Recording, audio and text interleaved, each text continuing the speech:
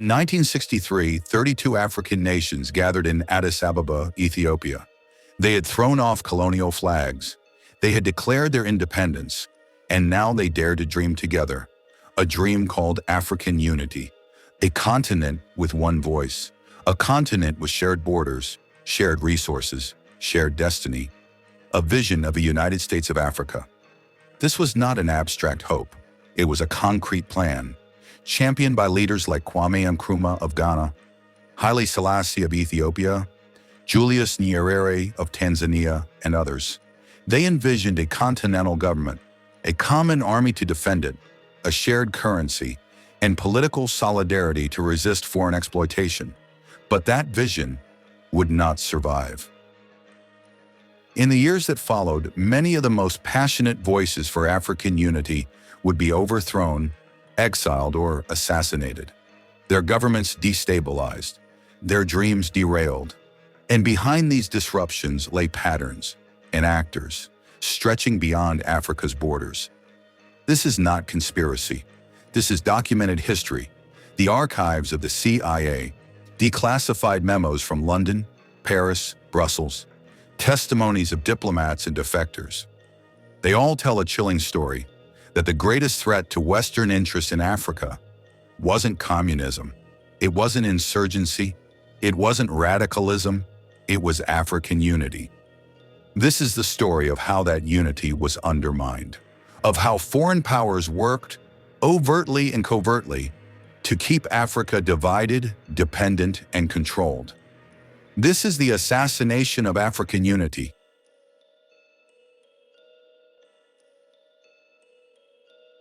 Africa must unite or perish. Those were the words of Kwame Nkrumah, Ghana's first president, speaking not as a Ghanaian, but as an African. In the early 1960s, Africa was on fire with liberation. In less than a decade, over 30 countries had broken free from colonial rule. But freedom alone wasn't enough. Nkrumah warned that political independence without economic independence would be meaningless. He envisioned something radical, a United States of Africa, with a single government, a continental army, a common currency, a central bank, and a shared foreign policy. Not someday, immediately. At the heart of Nkrumah's urgency was a fear that newly independent states, left fragmented, would be easy prey for neo-colonial control. That foreign corporations, military alliances, and secret agreements would turn independence into an illusion. In his 1963 book, Africa Must Unite, he wrote, "The forces that unite us are intrinsic and greater than the superimposed influences that keep us apart." And so, in May 1963, leaders from 32 African nations met in Addis Ababa to form the Organization of African Unity, the OAU. Their mission: to defend the sovereignty of African states, to eradicate colonialism and apartheid, to promote solidarity and cooperation. But beneath the historic signing were deep divisions. Two competing visions battled for Africa's future. On one side, the Casablanca group, led by Nkrumah, Sekou Touré, Modibo Keïta, who wanted immediate political federation. On the other, the Monrovia group, led by leaders like Léopold Senghor and Félix Houphouët-Boigny, who favored gradual economic cooperation, respecting national sovereignty. Unity was the goal, but unity on whose terms? For the Western powers watching from afar, these divisions were an opportunity. The seeds of fragmentation had already been planted. And as Africa debated how to unite, foreign powers began strategizing how to ensure it never would. As African leaders debated the path to unity, foreign powers were already at work, ensuring that unity would never be achieved. For the United States, Britain, France, Belgium, and others, the stakes were clear. A united Africa would control its own natural resources: gold, diamonds, oil, uranium, cocoa. It could dictate its own trade terms. It could refuse military alliances with East or West. It could establish African-owned industries that bypassed Western corporations. In Washington, the CIA assessed Nkrumah's plan for unity as a threat to American interests. Declassified documents from the 1990s confirm that U.S. officials considered Nkrumah a danger to stability, not because of violence, but because of his influence. In London, the British government monitored Pan-Africanist leaders closely, fearing that their ideas could destabilize former colonies still tied to British economic systems. And in Paris, France's Secret Service maintained tight control over its former colonies through France-Afrique, a network of military bases, political alliances, and covert interventions. The Cold War turned Africa into a chessboard. Every move toward African solidarity was interpreted as a tilt toward Soviet influence, even when it wasn't. Western powers began funding rival leaders.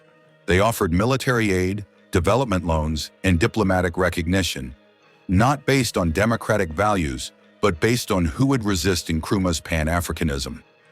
As one CIA officer later admitted in declassified testimony, "We had more interest in breaking African unity than in building African democracy.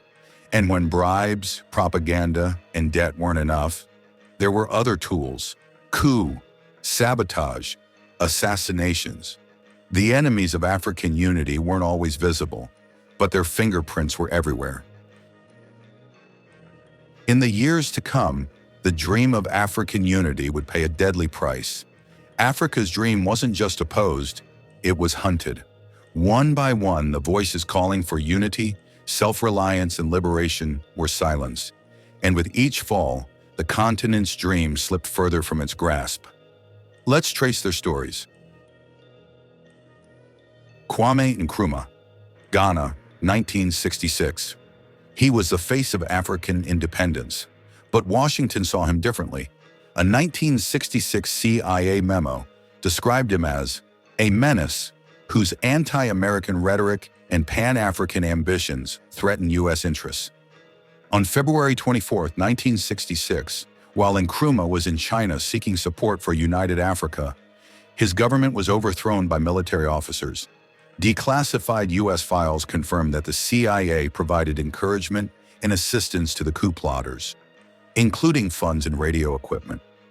In the days after, American diplomats rushed to secure trade deals with the new regime. Nkrumah's vision of continental unity, his state-led economic projects, and his rejection of Western loans made him expendable.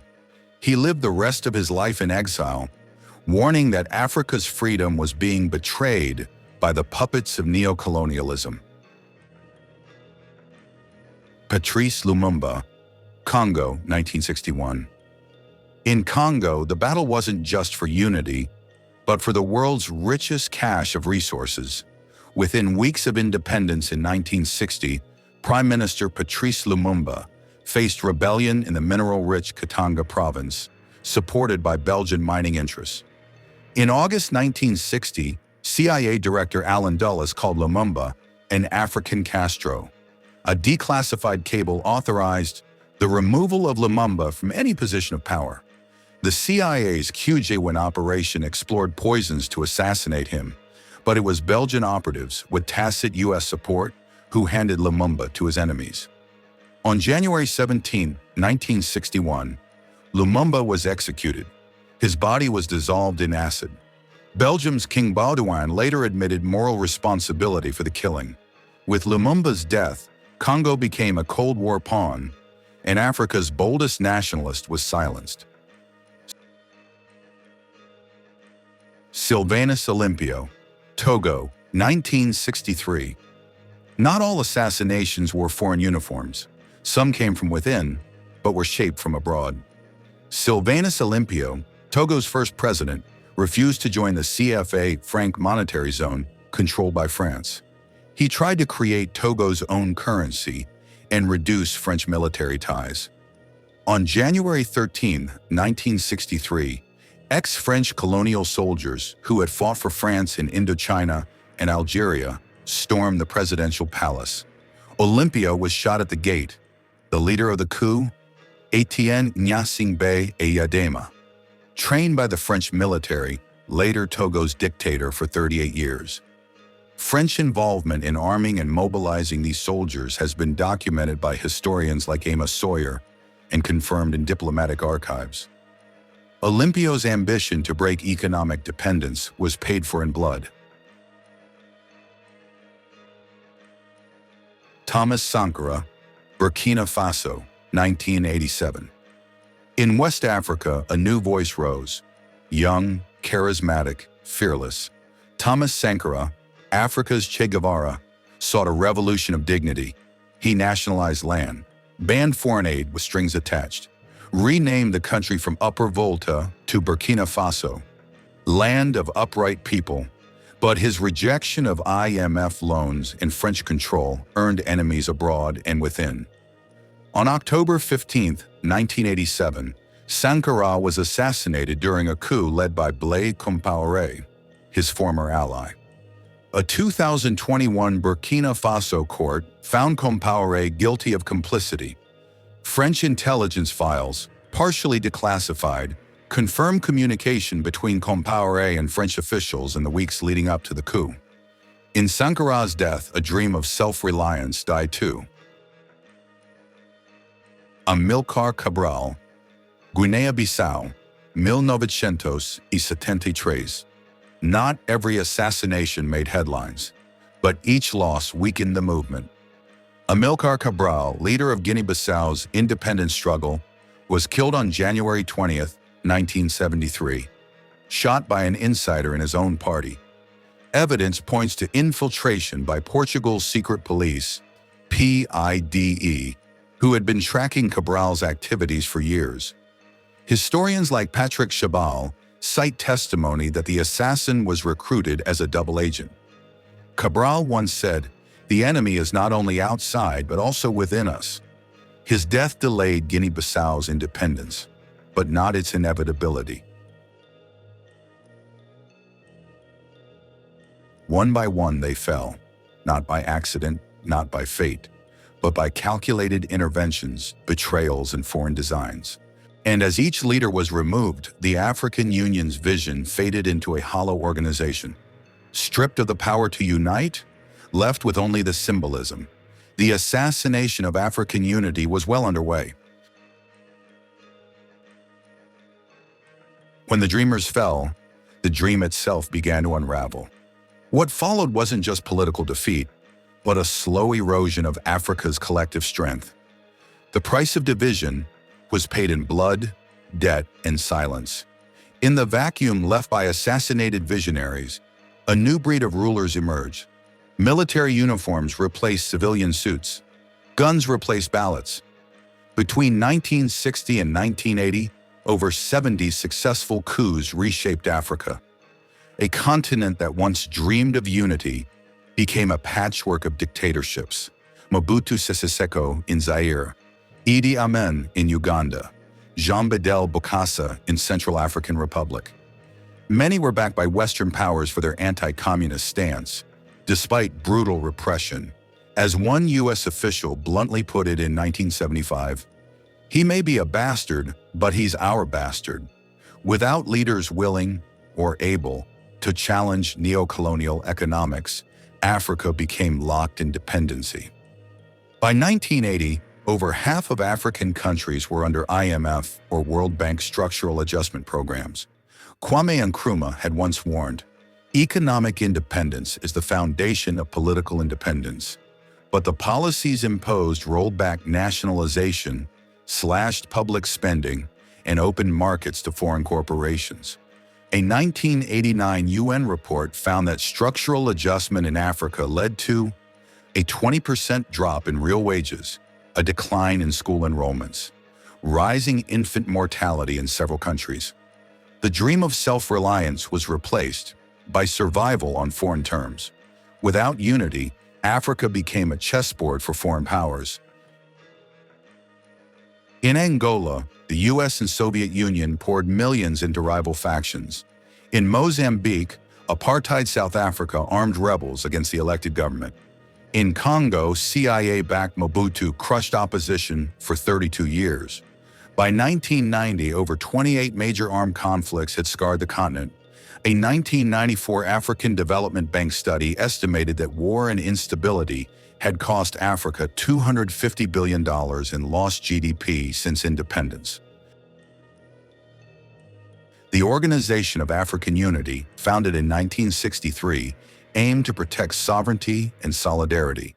But without its strongest unifying voices, the OAU became reluctant to challenge dictators or intervene in conflicts. In 1994, it failed to stop the Rwandan genocide. Throughout the 1980s, it stood silent on atrocities in Liberia and Sudan. Professor Ali Mazrui once said, "The OAU has become an organization of heads of state protecting each other rather than protecting the people." Could it have been different? Had Lumumba lived? Had Nkrumah's union succeeded? Had Sankara's revolution survived? Would Africa today speak with one voice? Would it control its wealth? Would it be a power, not a pawn? We'll never truly know. But the price of disunity is written in the shattered dreams of a continent still rich in hope, but fractured in power. And as long as Africa remains divided, the assassination of African unity continues.